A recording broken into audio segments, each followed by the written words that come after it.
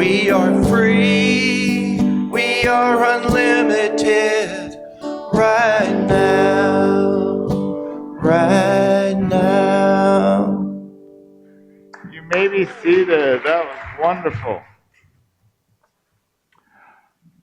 So for our first Sunday in November, and it is our Sunday of release, renunciation, and letting go, I wanted to look at that spiritual side, the sacred art of letting go. Now this is significant because art is something we do, but we're not done. Art is a process. Art is we need to practice. And a sacred art is one that spiritually we need to hold in a heart and journey through. And so the sacred art of letting go is identifying that there's some value in our journey of letting go. So I start with scripture. This is Luke 22:42. Not my will, but thine be done. This is pretty simple to understand. Not my will, not my small mind, not my relative view, which sometimes is very accurate and sometimes very not. And my personal will only goes far as my little battery will take it. Where divine will is eternal. There's no end to divine will. So not my will, but thine be done is where are we going to place our focus? In my small choices or my big choices? In my relative personal point of view or a grand universal point of view? This is the sacred art of letting go. Ernest Holmes, the founder of religious science, wrote, "When we let go of struggle, the infinite creative power flows through us without obstruction. Peace comes not by control, but by release." Now that seems to be a paradox. But whenever we're in struggle, in strife, that's the fear, the doubts, the challenges, the frustrations, any of that kind of struggle with ourselves, with our loved ones, with our work, with our community, with our nation. When we let go of the struggle, which is literally letting go of it, not giving our attention to it, not giving our struggle the car keys, then the infinite creative power, that Christ consciousness within us, that is always present, always available to guide and renew us, refresh us, takes control. Have you ever noticed only one person can drive the car? Now, someone can act like they're driving the car, but they're not actually driving the car. The same thing's true for us. We can drive our life from our personal will, or we can let go and allow God to flow through us. Allow an opportunity for a higher purpose to go through us. Even if it's just the higher purpose of taking the trash out to the berm with a smile on your face. It changes everything when we can let go of the struggle. Now, is it that easy? Sometimes. But often the struggle's there because it's got a grip of us as well as we've got a grip of it. Yes? Anyone have any struggles like that in their life? Everything. Anything you can identify?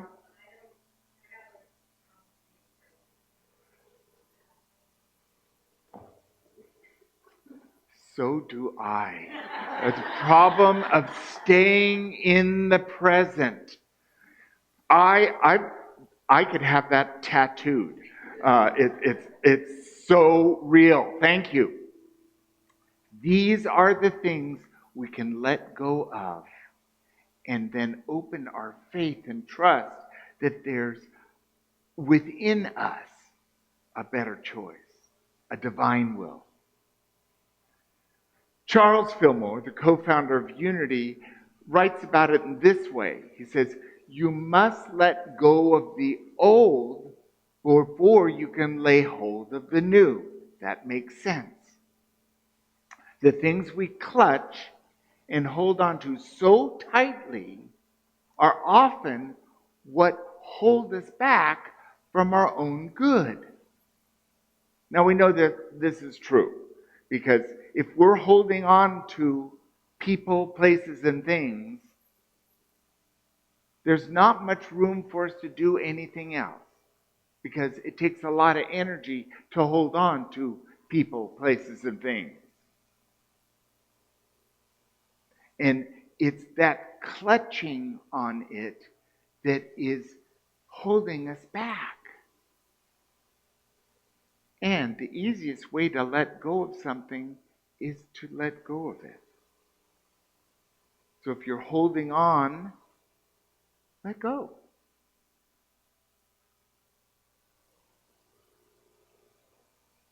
I'm not going to use that. How to catch a monkey. I've talked about that many times before, but it's in us. We have a automatic pilot to hold on to. Oh, like we're having a good day when everything just seems to be in the flow. It's a good day. We don't want anything to change. I'm going to hold on to this good day because this is mine. Need to go to the calendar and go, good day. Then there's this is you wake up in the morning and you hate everyone. And you were right because it's all doom and gloom. And there's only trouble on the horizon. You need to go to the calendar and go, tough day. Just those are the extremes. And we don't live in the extreme. We go day by day, letting go of what doesn't work for us, opening up to new possibility. And we do know that we need to let go of the old in order to have space for the new. Now, we've only lived in this house for about 5 years that we bought here in New Braunfels. And I've realized that every closet, there's a lot of stuff in here. And so I have, over the past couple of weeks, I've been pulling out what's in the closet, and I'm taking out and getting rid of 2/3 of what's in the closet. Now there's a lot of space. Now I can go shopping. Because we can let go of the old and we can let in the new. Or we might just have a Zen experience and just have a blank wall. A clean surface. You open the closet and go, wow, I used to have a whole bunch of stuff here. And now there's just space. I remember a TV show, The Space is the Final Frontier. Yes. So we are on a journey, and that journey is the sacred art of letting go. Joel Goldsmith, great writer, speaker, the founder of The Infinite Way, wrote, surrender is not giving up. It's giving in to the flow of God. Now, this is different than the battlefield surrender. This is when we have had enough and we're willing to surrender our will. Or if you're with a significant other, You might let go of your need to be right and say, you're right. Guaranteed they might ask you to say it again. You're right.